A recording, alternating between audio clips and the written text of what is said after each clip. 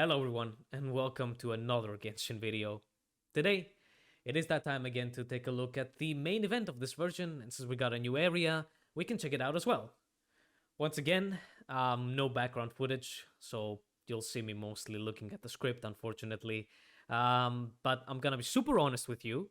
Even if I did want to get some background footage of the event, it would have been a total of 3 minutes. So you would have 3 minutes of looping footage, and you'll see very much why that is as we get in. So let's begin with the main event, which is the Akademiya Extravaganza. I won't go through the story of the event, just like again going through the story and saying what happened. I'll just give my notes for it. So, first one is that I believe that the subplot with Sachin wasn't needed. They could have easily made this just a tournament arc, basically, and nothing would have majorly changed. Right? We didn't need the Traveler seeing ghosts at the beginning, and then all this talk about views of the world and like corruption and everything, all the things and greed and stuff, and like, brothers, this is just a fucking tournament, right? I don't think right at the end with Kave, like I don't think that Kave needed any major character development, nor did he really get one with this subplot, right? Like what major development do you want for Kave with this subplot and Sajin? No, just nothing changes really. I'm not gonna lie, and because this is a temporary event, it might get referenced later, but most likely not. So it doesn't change Kave in the slightest. So again, it could have easily been just a normal ass tournament where you have the contestants, right? Right. It was very clear, right? I think that it was this whole subplot was put in just to pad out the story, because I guess they just can't write a simple tournament story where you have the 6-7 contestants just fight it out in the mini games of the event, right? And no, Al Haytham appearing there, and then in the last minute he says, "Oh, because of Sachin's research," and saying something. I'm the commentator. No, just make Kave, right? Make Kave just like take a bit of revenge by voting him as the commentator just to piss him off a bit. Maybe somebody else other than Kave wanted to kind of like piss off Al Haytham a bit and voted him as a commentator, something like that, right? And it's just right, he's there. Right, Al Haytham is there because I guess he has nothing else better to do or something. And it's like, it's 5. I'm a regular 9 to 5 guy. I'm out. Right, like that. It's as simple as that. You don't need this whole subplot. Second big note that frustrated a lot of people, me included, was that at the end of the story, you will talk to Kave.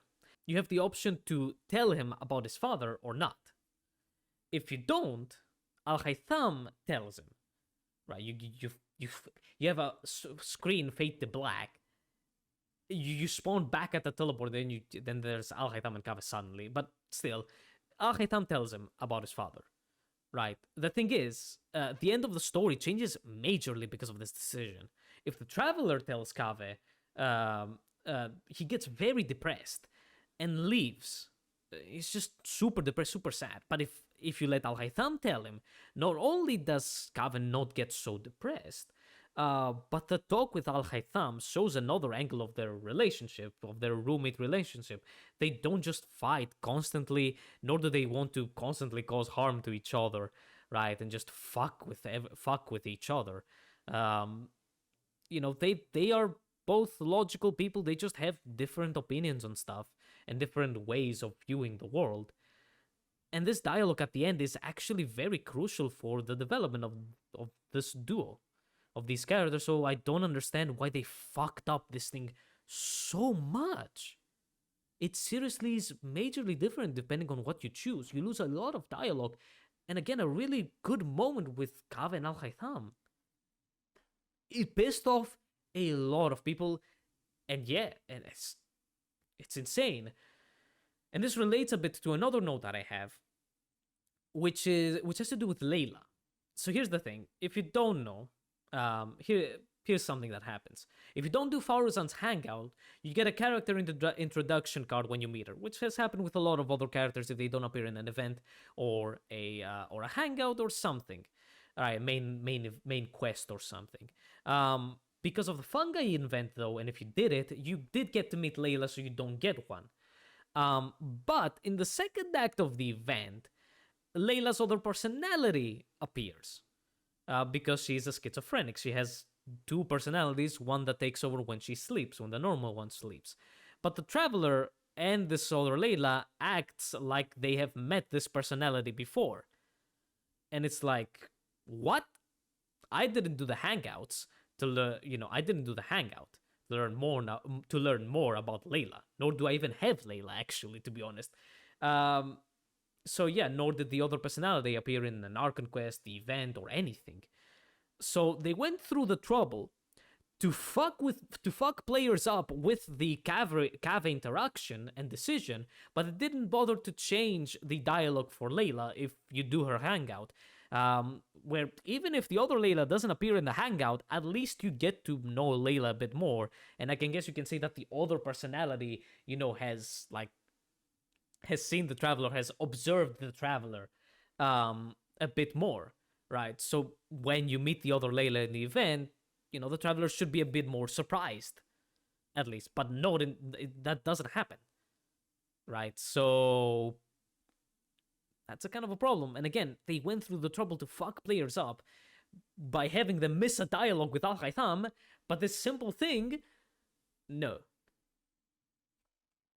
It's not a huge problem, but it is a note when compared to the Kava thing. That's my problem, right? That's where the thing starts. If the Kava thing didn't exist, this would have been a very minor note, but it does exist. So I'm sitting there, the other Layla appears, and I'm like, who? Who?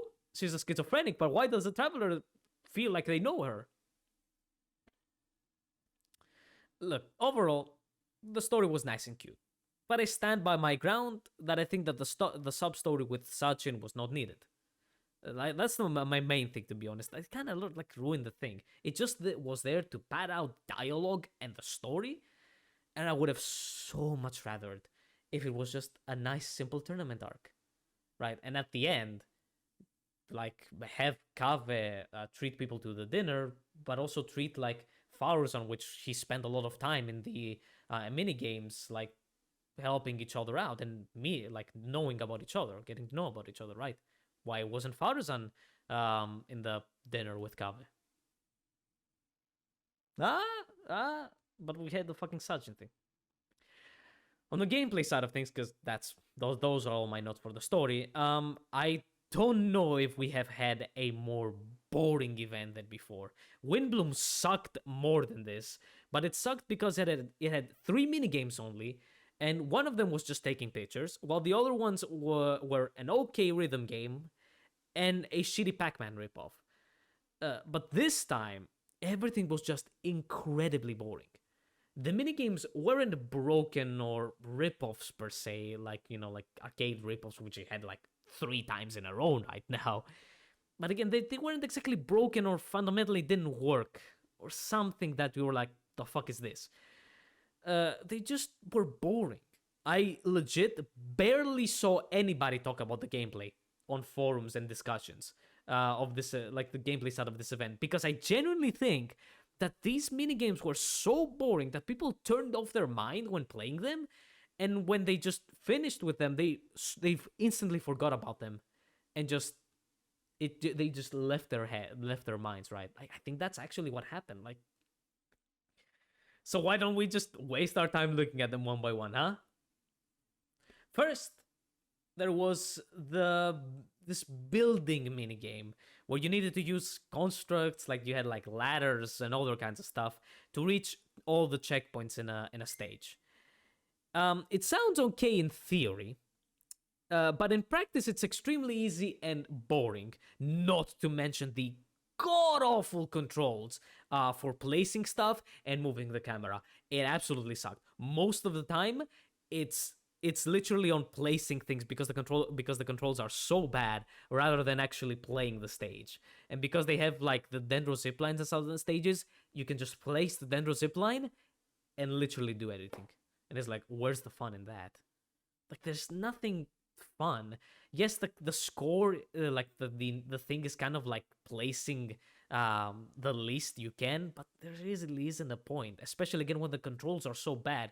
They're just fighting with them. Like, where's the fun in replaying it to get a less score?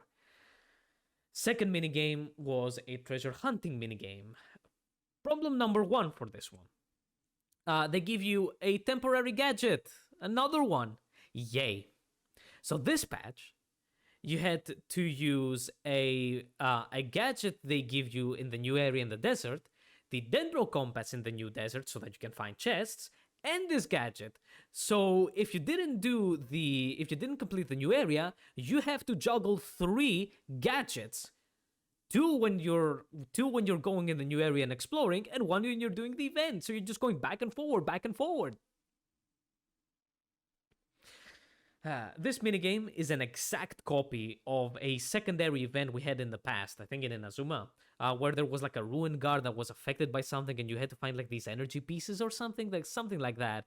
But this time, they decided for some reason to make the gadget not show you the direction of where you're supposed to dig and where you're supposed to go.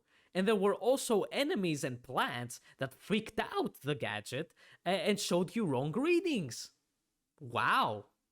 Why not just have the gadget show you a direction and just point towards the anomaly so that you can easily find them, get rid of them, and then go about your day, right? And find the dig spots. But no. We have to pad out this minigame and frustrate the player, else it would be done in half a minute. Like, why? Why this? Oh my goodness, Mihoyo, why? Like, I know we're at the tail end of the 3.xx versions, right? We got like 1 or 2 versions left, but that doesn't mean that we need to just spew out shit, right? I know we're busy with Fontaine, but we're still not done. But we still have like 4 months left with Sumeru. That doesn't mean that the players need to get bored and frustrated, right? Third minigame was this astrology thing where you turn some stars to make a constellation. It's a copy of the shadow minigame we had like last year on Lantern Ride, where you were moving the pieces to make a thing with a shadow. It's meh at best. Fourth minigame is Guess the Truth minigame. You basically read a story and then you had to answer some questions about the story, and you also got to ask questions in order to find the answer. You got yes and no answers, and you would just find stuff. This one started pretty well until you got to some questions whose answers were completely stupid, and you were barely given any hint towards the right answer.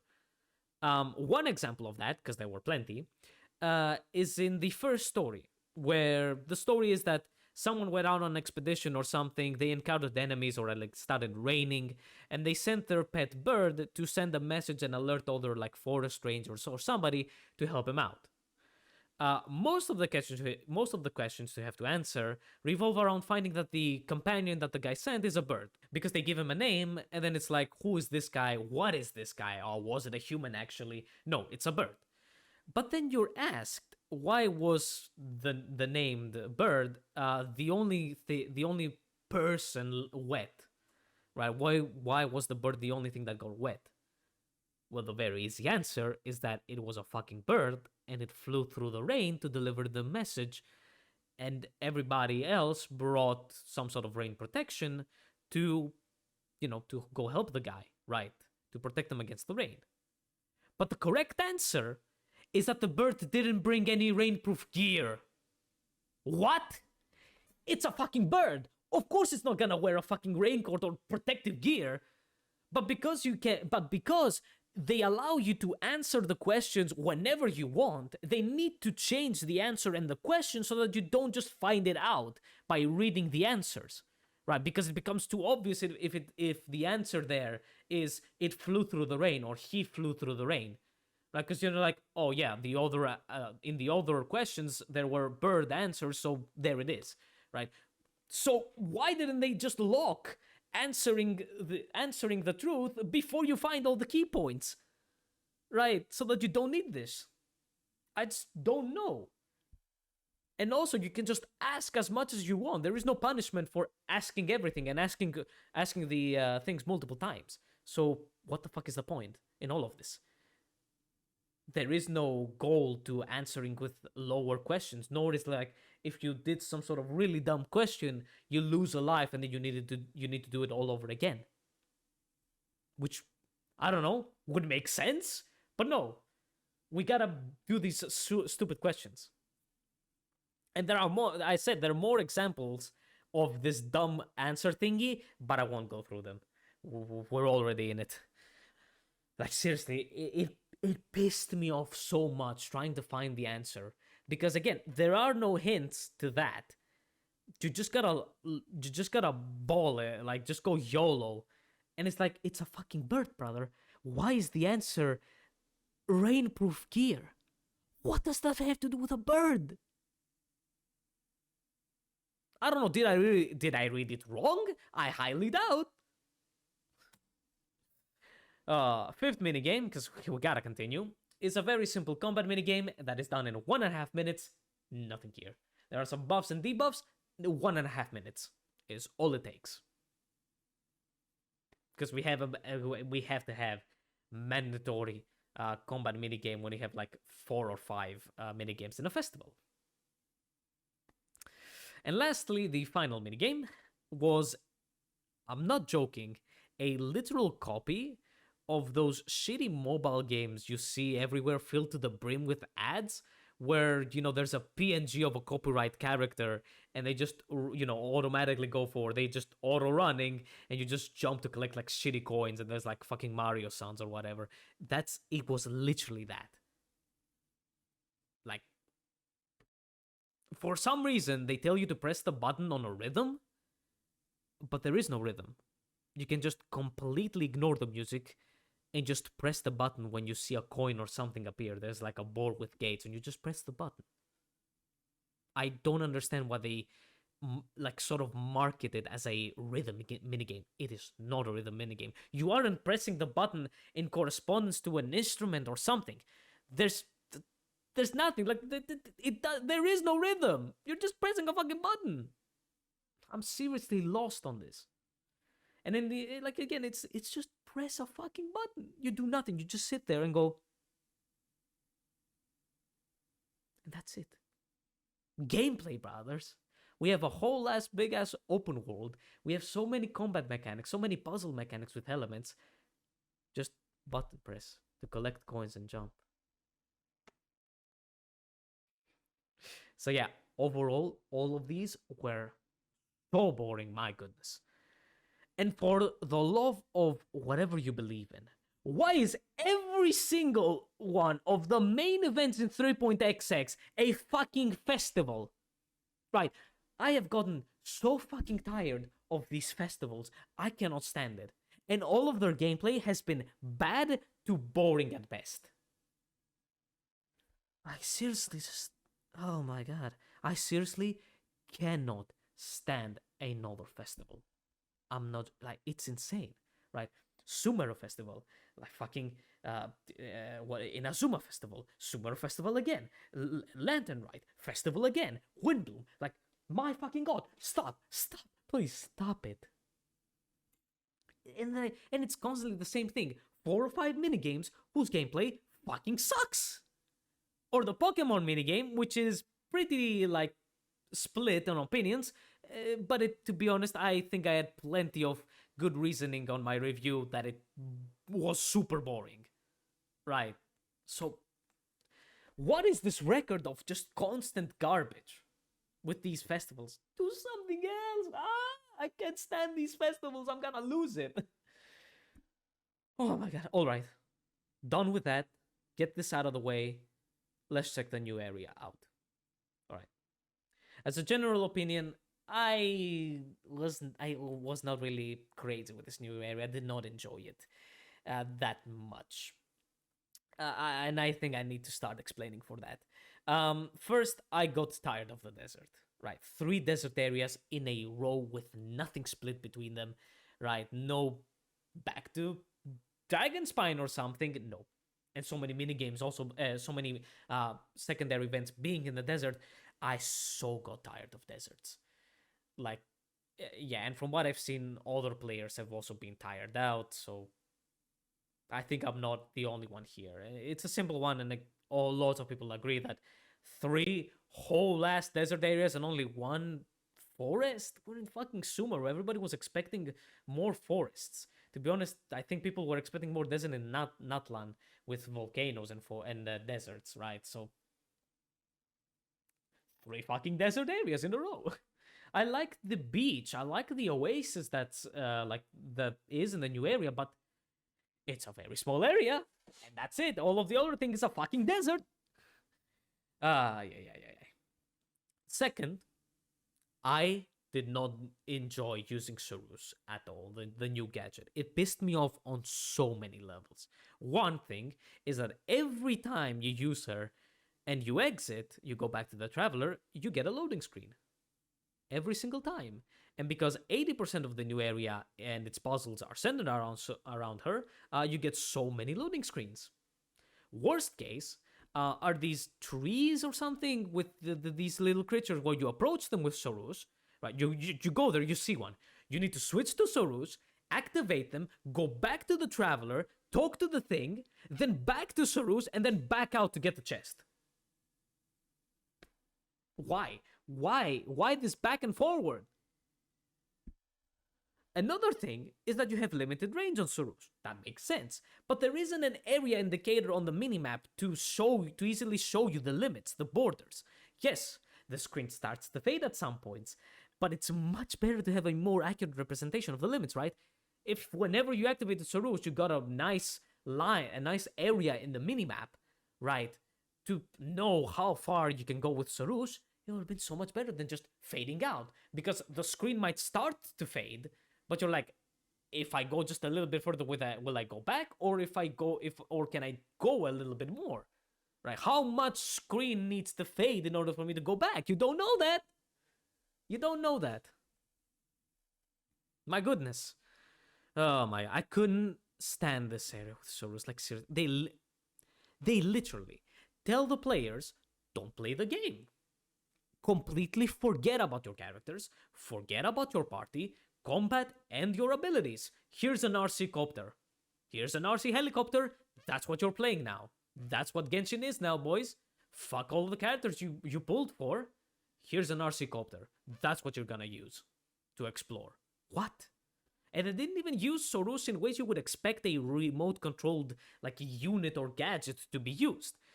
Big and easy example is having Sorus go into holes and caves, or there's a ruined golem area where you can have a vent or something, or a pipe, where Sorus can travel through this hole or pipe or whatever, and activate a mechanism behind a door or something to let the traveler through. Or you could, I don't know, hide a Dendroculus inside of one of these holes, something, a chest, I don't know, one of the things you collect to, or of course, we had to add another offering system.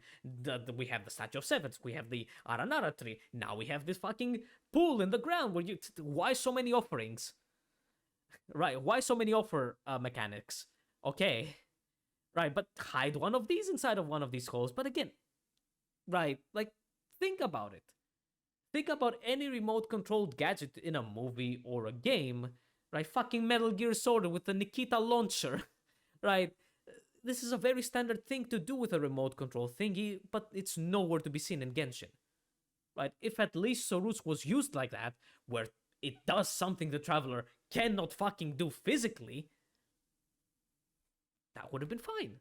That would have been fine, because you could have made all of the puzzles that Sorus interacts with either interactable with a Traveler or with some sort of Dendro power or anything like that.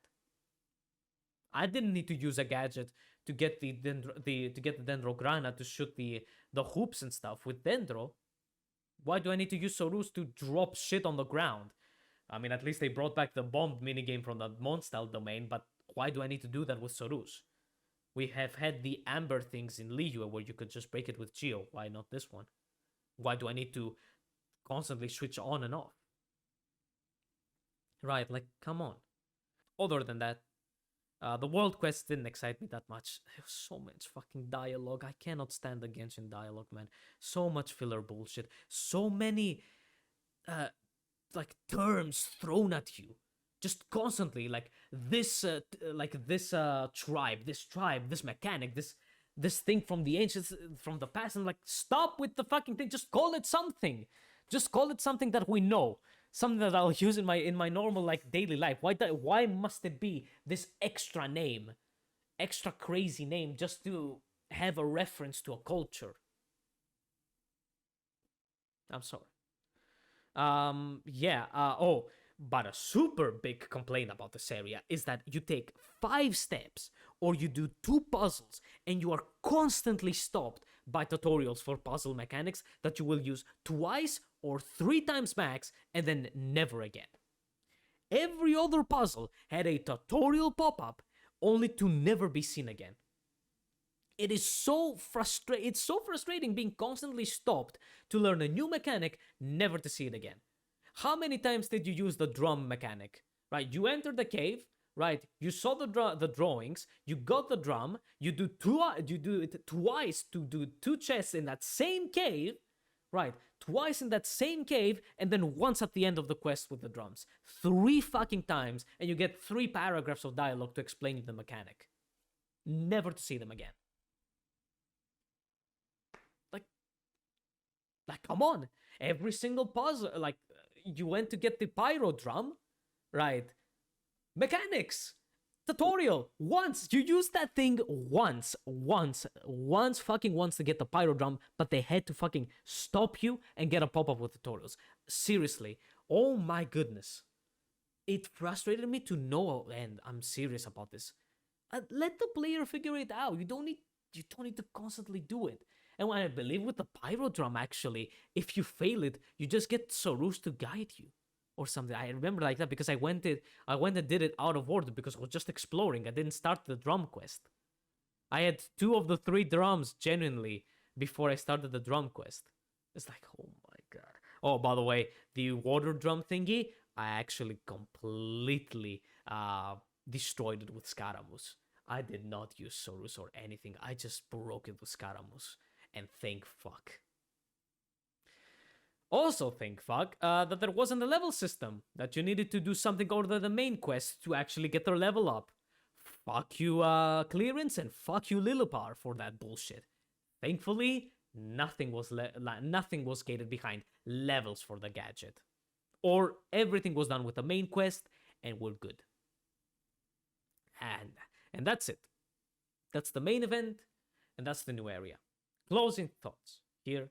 The event story was okay, but I mentioned my notes about it, so I think it could have been better, right? Gameplay side of the event was dog shit boring, and the new area was okay, but had numerous problems. Let's see what we will get in the summer, most likely. Not another GAA, Grand Apple Archipelago rerun from what leaks are saying. And let's hope Fontaine fixes some of these issues. Please, no more fucking gadgets. I think actually with a new version we get a gadget wheel finally, but that isn't stopping from just bloating the inventory with a bunch of gadgets, right? Or just using gadgets that don't involve your abilities or something. And you're just not playing the game at that point. And that's it. Like the video and sub to the channel to help it out. Follow me on Twitch for daily streams, because I do daily streams. We stream Genshin, we stream Apex and all other kinds of games. And I also have a Twitter with random stuff, so I guess you can check that out if you want to. See ya.